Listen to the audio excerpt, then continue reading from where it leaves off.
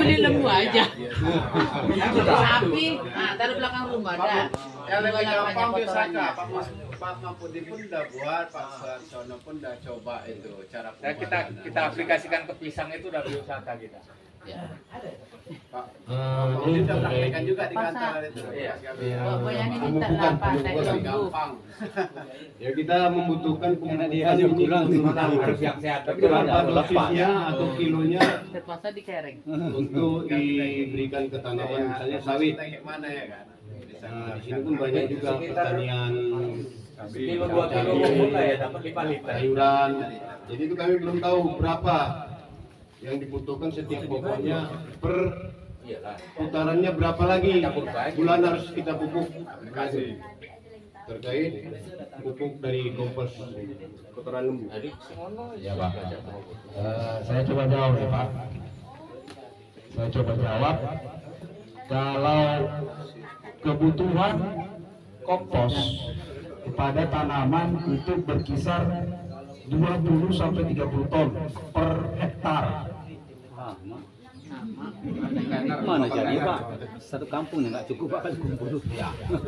20 per hektar. Itu ini dosisnya yang umum ya Pak. Cukup Pak satu kampung nggak ada Pak. 20 sampai 30 ton per hektar. Kita berapa hektar ini? Ratusan hektar kan? Iya. Ini apa? Iya. Sebenarnya kalau untuk penggunaan pupuk organik Pak di lapangan yang kita tahu dulu itu yang perlu kita kaji di situ organik ini fungsinya apa dulu yang utama. Nah, jadi kita kaji dulu kalau organik ini apapun jenis organiknya ya kan, mau granula, mau cair, mau yang berupa tepung ya itu fungsinya yang utama itu memperbaiki dulu Pak, memperbaiki unsur hara tanah. Jadi istilahnya bahasa kita di sini kalau kita tengok dengan mata telanjang, kira-kira kita kan tahu mana yang tanah yang kekurangan unsur hara. Kita udah tahu itu ya kan, nggak mungkin nggak tahu karena keseharian kita pasti kita menengok tanah. Contoh kita tengok halaman kita aja dulu. Bagaimana kategori yang unsur haranya yang bisa dibilang kurang ya, nah itu udah jelas kita struktur tanah itu udah nampak ya kan, seperti kita lihat tanah itu terlalu keras, kering, padat gitu.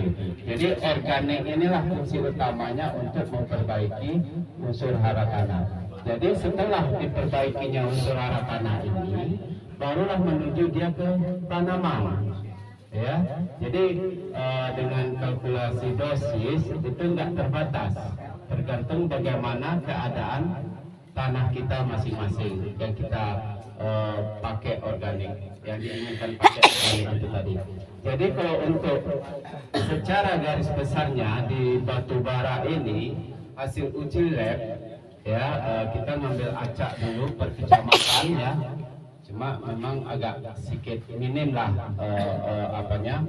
hasil labnya itu untuk kebutuhan pupuk organik untuk memperbaiki tanah kita yang dalam keadaan sekarang itu dulu hasil ujinya di tahun 2014 atau 2015 ya, itu udah mencapai kebutuhan organik itu per hektarnya 2 ton wajib 2 ton per hektar.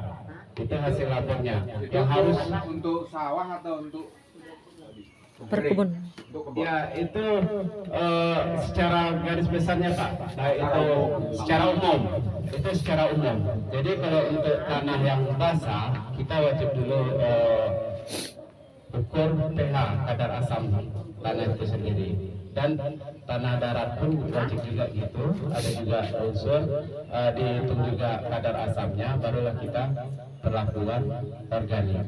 Nah, jadi dengan adanya perlakuan organik dengan metode begini dan ada penambahan seperti tadi yang dibilang Pak Charles tadi, ada pupuk kandang dari kotoran ternak, ditambahin lagi bahasanya dibilang jerami ya, sekam termasuk jerami juga ya kan, ada lagi sebagai mikrobianya ya kan, mikrobianya ini di sini dipakai 4 ya. Nah, E4 itu pun boleh juga diganti dengan gula merah. Ya, gula merah. Kalau kita susah mendapatkan E4 atau mungkin E4 lebih mahal daripada gula merah, bagusan kita pakai gula merah. Gitu. Jadi bisa juga dari tape, ya kan, ya, kalau kita bilang Ragi. ragi ya. Ragi, Pak. Ada ragi bisa dibilang dipakai gitu juga. Sebenarnya banyak macam cara, Pak.